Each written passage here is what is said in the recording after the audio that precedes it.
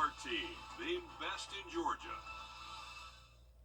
When you visit or work with Parker's Kitchen, your support makes a difference. You've helped us rank as Best Workplace in America.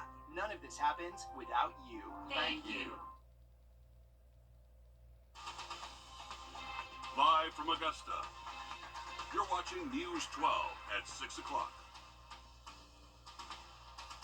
The latest debris cleanup numbers showing just how much damage our area has compared to the ice storm 10 years ago. Still ahead, how debris removal is coming along.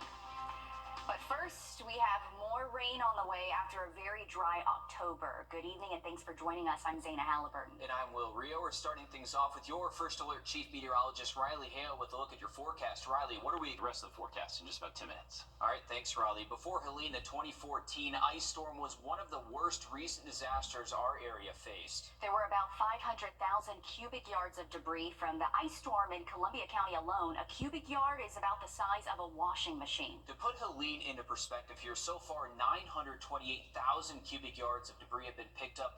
That's nearly double the ice storm, and they're not even done yet. In Richmond County, they picked up more than 1 million cubic yards of debris so far. Your Sydney Hood joins us live from Wheeler Road in Sydney. For many, there is still work to be done in neighborhoods. It's a waiting game for many neighbors, but again, that just goes to show you the volume of debris some of these neighborhoods have. I'm going to step out of the way so you can get a better look at this pile of debris behind me off of Wheeler Road. I mean, all day today in a lot of these neighborhoods, this is exactly what I saw here, just piles and piles of debris. Neighbors trying to push it off their yard and clean up here, but a lot of these neighbors that I spoke to today tell me that they are just thankful that they're alive and even have the opportunity to clean up their yard. Nothing I had ever seen before. Neighborhoods still Total change. unrecognizable. Trees that you didn't think would ever come down were down like toothpicks. Leaving neighbors Will be probably years. to clean up The new decor. and make the most of reality. One day after another, just removing debris and, just cleaning up almost every day now. You can imagine being in a semi or a bus or whatever and having to deal with this. In some cases, the piles are so tall, And people just need to slow down. I've had people coming around that curve flying, it can get tricky to navigate. and you don't see them until they're right on you because of all the debris. Being a bus driver, Becky McArdle knows the struggle. The only thing I can suggest and think of is for people just to be cautious and think about the bigger vehicles that are going to come through. Because this won't be an overnight cleanup. Taken over a month to get that size pile removed from my yard since I did it myself. For some, it's an eyesore. We all have to deal with it, and everybody's helping everybody. And if you need something, you call your neighbor. I mean, here we're very close and very supportive of each other, and so I know I can call on a neighbor if I need something. Many neighbors are just thankful to be alive. The cleanup will be fine, but the devastation and loss of life is really what hurts the most. It'll be a date that will be implanted in our minds for a very long time. Now, both Richmond and Columbia County are working to get all of this cleaned up within 90 days in order to be eligible for full reimbursement. But, as you can see by the piles behind me, the piles that you just saw, it's going to be a long task. But I can tell you that I've seen several haul units out here in Richmond County, and to kind of give you an idea of how many units they have out. Total in the county, they have more than 120, and just in this area up on the hill, Richmond County says that they have about 60 haul units running. So, again, that just goes to show you the volume of debris here and how much there's still left to pick up around here.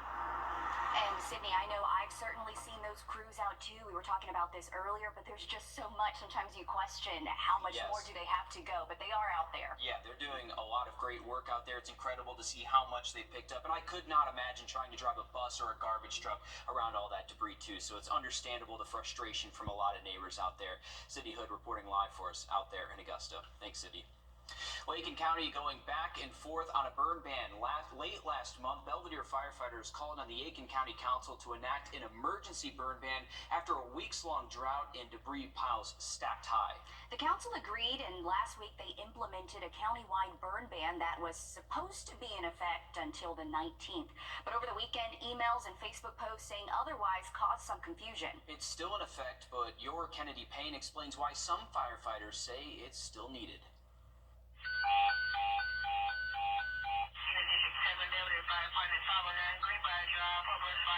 this is just one of nearly 60 calls the Belvedere firefighters received in October, all from debris-related fires, which is why Chief Chad Heiler asked Aiken County Council for the emergency burn ban. We have neighbors don't want to go to sleep at night because they're worried about people burning 24 hours a day. Aiken County Department of Emergency Management and Aiken County government shared a Facebook post over the weekend saying the ban was lifted, even though council had not voted on it. Gary Bunkers, the Aiken County Council chairman, he says there was confusion between senior management. Chief Heiler and the Forestry Commission says bans are implemented based on rain, wind, and other weather conditions. But Chief Heiler says rain or lack of rain isn't even necessarily their main problem. Their main issue is not being able to access resources. You wouldn't know it, but buried behind this pile of debris is a fire hydrant. And he also says for many of them, this isn't their only job. Most folks are working 8 to 5 or shift work jobs, but without those resources of having those volunteers, we wouldn't be able to do it. Bunker says he wasn't aware of the Facebook post saying the ban was lifted. After we spoke with him and the EMS director, the post on Facebook was deleted, and Belvedere isn't the only fire station battling this issue. I was riding down the road and just saw a bunch of smoke behind the house. And then when speaking to the homeowner, he let us know that yesterday he was cleaning up storm debris, burning it. And when he came outside today, his whole backyard was back on fire. In Aiken County, Kennedy Payne on your side. Chief Heiler says some streets are still hard for them to get to because of all of the debris. They've also seen nearly $50,000 worth of property damage since October, which is why he wants to make sure you still know that this ban is still in place. A 17-year-old is charged with murder after a shooting on Hephzibah-McBean Road. The Richmond County Sheriff's Office says Jordan Walden is accused of shooting and killing 35-year-old Marciano Kirkland inside a home yesterday. They're both listed as having lived there, which classifies the case as family violence. Walden is also charged with a gun possession charge. A giant plume of black smoke sparking concern across our area earlier this month after an industrial fire ignited and could be seen for miles. This happened back on the 2nd at Gulf Coast Industrial on Lady Walker Boulevard and Hayes Drive near Sandbar Ferry Road. The smoke prompted more than a dozen calls to 911 like this one from concerned neighbors. I seen black smoke. It looked like it's coming from a plant or something like that. I've never seen nothing like that. It scared me. Amazingly, nobody was injured here. Fire crews say the fire started when a paint sprayer caught on fire, and then a second fire sparked, causing what sounded like an explosion. The president of the company says they're investigating what caused this fire, and they plan to rebuild. More than 200 high school seniors across our area getting their acceptance letters today to Augusta University. This is through the university's Early Action Program. But Richmond County students at A.R. Johnson got a special surprise along with their letters today. Your Hallie Turner takes us there. Students funneling into the media center at A.R. Johnson High School were oblivious. I wonder what we did or why we didn't pull out of class. Not one clue or idea. All 19 of them were in for a surprise of a lifetime. To be the first to congratulate you on being admitted to Augusta University, the freshman class of 2025. With more than 3,000 early applicants, AU says the senior class of 2024 is their biggest and most competitive class yet. And Richmond County students are shattering records. This year, A.R. Johnson had the most applicants in early action that we've ever received from any Richmond County high school, and the most early admits that we've ever had from any Richmond County school. Wish they no longer have to stick on an early Christmas list. It's very exciting to be in one of the largest groups. AU is a really good school, and I'm thinking about going there. That's one of my top choices. They really have a good healthcare program, and I really feel like that's going to help me get into the nursing career. A sense of peace now within reach, just in time for the holidays. That was like one of the heaviest things on my mind was like, am I gonna get in? Am I gonna get in? But now I can eat my Thanksgiving meal and be like, I'm going to AU. In Augusta, Hallie Turner on your side.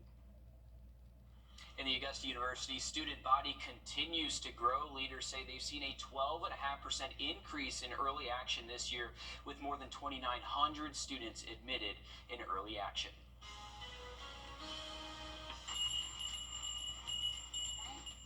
It's a common sound this time of year. Bell ringers raising money for the Salvation Army. Still ahead, how you could be ringing a bell of your own for a great cause. And we are expecting rain for your Thursday, but luckily it does not stick around for the weekend. We'll have that full forecast coming up. Live and Temp, brought to you by your First Alert Weather Team. This is not you. It's not me. Real people, real problems, real life solutions. Investigate TV Plus.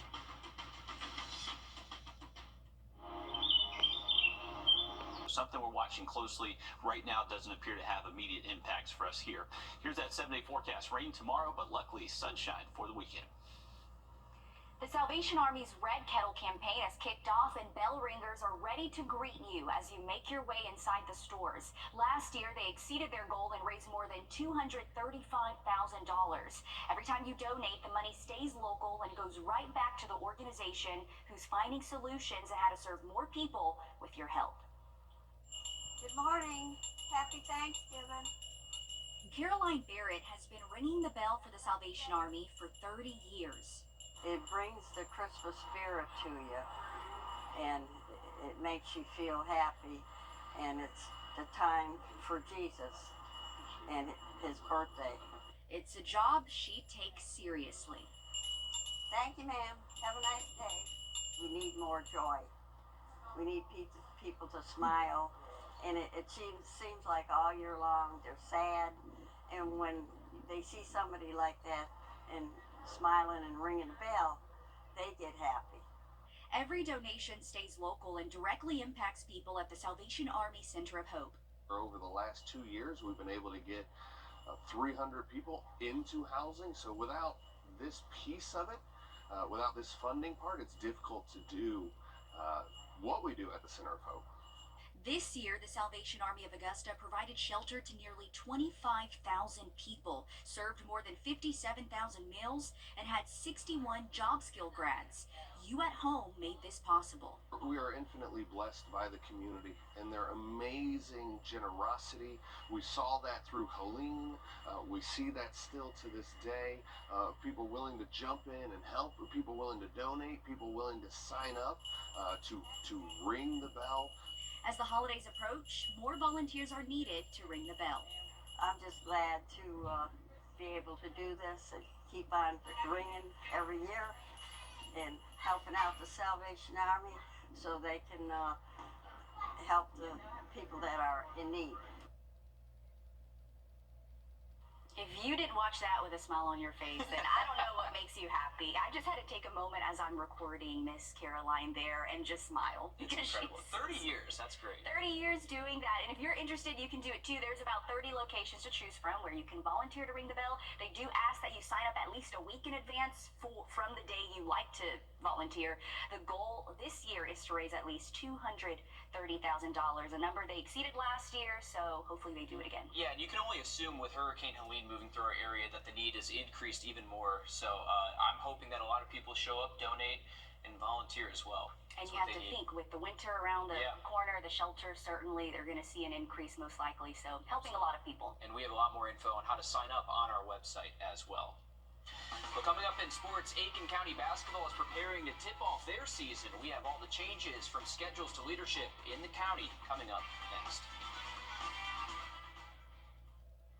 First Alert Radar, powered by Jim Hudson Automotive Group. It's the Ashley Find What You Love and Save Up to $1,000. Hi, Suzanne Lily Honeymichael here with Hardwood Floors & More. For over 35 years, we've been helping clients in the CSRA, and we would love to help you too. Hardwood Floors & More wants you to understand the performance level of all flooring types, so you can select the perfect floor for your home. And we want you to understand the process from start to finish. Visit Hardwood Floors & More today and see why we are the company that friends recommend. Hardwood Floors & More, so much more in store for you. It's the Ashley. There's no way. On your sideline. For the past 3 years, Aiken County basketball programs have all gathered under one roof to talk changes and expectations for the season ahead. Today, a lot of the conversations center around in-region competition and new leadership. There's a lot of excitement this season. It centers around Region 4 4A teams. They'll play just about double the number of region games as they've grown from 5 teams to 8 and play each team twice. Midland Valley boys basketball and Silver Bluff girls basketball made changes at head coach. Midland Valley nabbed David Corder as HC. Silver Bluff went with Carolyn Williams, who previously spent the last 6 seasons at North Augusta. inheriting a team that all 5 starters graduated, it's difficult. But when you have girls that are just hungry and willing to work and, push themselves and they motivate themselves, I think, you can always work with that. In your first year anywhere, to be honest, you're trying to kind of figure out who wants to get on the bus and who wants to get off the bus. But we think once we get the right chemistry of players and they get a consistent daily routine, a work ethic, then hopefully our program will get off the ground and improve. Porter was an assistant at Valdosta State for a time. Former girls Bulldogs coach Chasen Red is now an assistant with Aiken High School boys basketball program. All right, thanks for that, Alyssa. If you mountain bike around the CSRA, you know about SORBA, the Southern Off-Road Bicycle Association. They have a chapter here in the CSRA that helps maintain many of our public trails. Riley Hill caught up with them today to see how progress is going post-Helene. SORBA CSRA volunteers have been working around the clock to get our trail systems back up and running. So far, we've cleared 13 miles of trail, roughly 1,300 trees off our trail systems. I think we're almost at 1,500 volunteer hours, which is just phenomenal. Volunteers with SORBA have been clearing trails from Augusta to Hickory Knob State Park. This week, they are focusing on the Fork Area Trail System. This is the first day we're actually allowed to cut out on the FATS trail system, and it's a limited scope. We don't have free reign. We're just focusing on access points.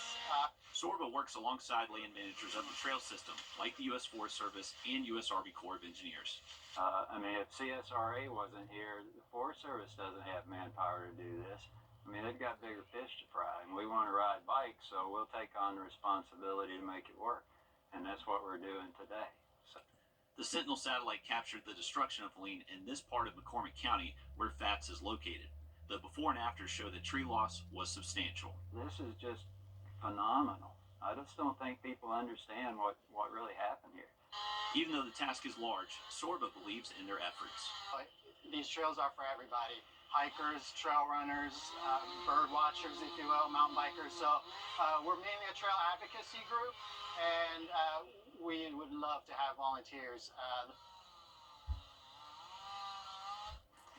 And they definitely do need volunteers. It's very easy to sign up. They have a website. You can even donate as well. If you can't volunteer, if you're not a certified sawyer, you can donate money. They actually have a charity event heading our way this weekend. So a lot of different ways you can help out our beautiful trails all across the area. Yeah, and speaking of our trails, everyone's wondering when the Greenway and the Riverwalk are going to be back open too. So a lot of time until that will be back open, as Riley, you said earlier. Yeah, exactly right, guys. It's going to take some time and possibly months in a few spots. But it's nice to see community members coming together to help speed up that process. Thanks for that. We're back after a quick break.